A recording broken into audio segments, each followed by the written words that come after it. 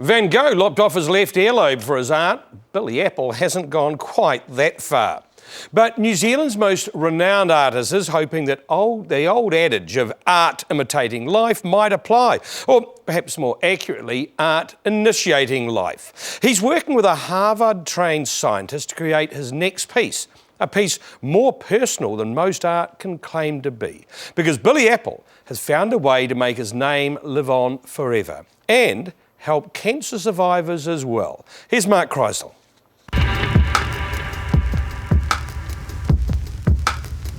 It looks like a beer fridge with a racing stripe. But inside is Billy Apple, one of the biggest names in New Zealand art. A name that could now live forever. It's quite warm. It's quite warm in there. It's like a little bit of an oven in there. Scientists are cultivating Billy Apple's cells in here, and they're growing and growing. It's life, but not as we know it. It's giving his tissue immortality, literally giving his tissue immortality. His genetic code is contained in that tissue, and he'll still die like the rest of us, unfortunately. But part of him will live on. Part of him will live on, yeah. One of the pioneers of 1960s pop art, Billy Apple hung out with Warhol and Hockney in New York and London. His name is as much a brand as it is an artwork. Negotiations are underway to name an actual apple after him. Even his dog isn't safe. He's called Macintosh Apple. I'd like to think that the brand lasts forever, yeah. I mean, it's a bit like Bruce McLaren in this country, you know, born here, and the legacy goes on with this Formula One thing.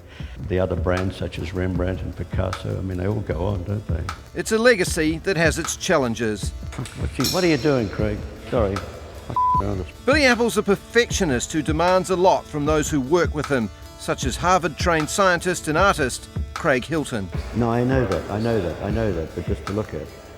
Are Billy's cells team players? Do they have their own characteristics? So far, Billy's cells look exactly like any other human cells in the same context, so they don't seem to be any different, but you never know.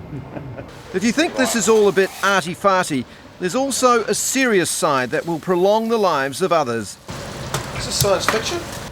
No, it's not. It's the real deal.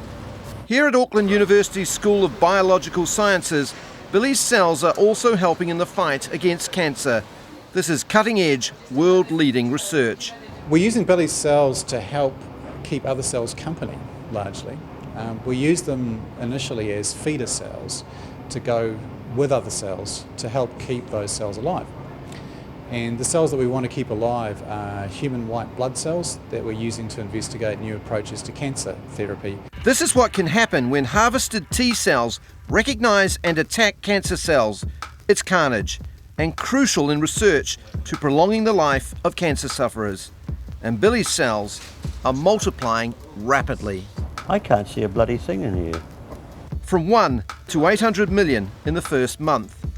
Hey boy, they're actually moving. Good God. They are alive. You're a proud father? It sounds like it, and it looks like it.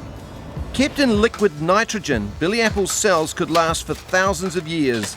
It's as close as we can get to immortality. Eventually I'll need a new body for my mind. Foolishly signed away everything, all rights to this project. You know, it's a bit like someone who's got billions of dollars who thinks if I give all this money to somebody, they'll bring me back in 100 years or 10,000 years when, you know, when they've got the answers to most things. Which throws up an interesting and scary question. Could there be a stage at some time in the future when scientists could create a whole room of Billy Apples from these harvested cells? It's possible that technology may arise. I don't personally believe that anybody in their right mind would want to do this. Making human life is, we're pretty good at it so far, using the normal, natural techniques. I'm not sure that we need to be doing that again. But for now, this is an extremely rare marriage between science and art. And one day it's hoped it'll end up peer-reviewed in a science journal and sold and exhibited in a major art museum. Could you put a price on I think your life? Priceless, I suppose. Before we go, and yes, it is Friday, last month we had the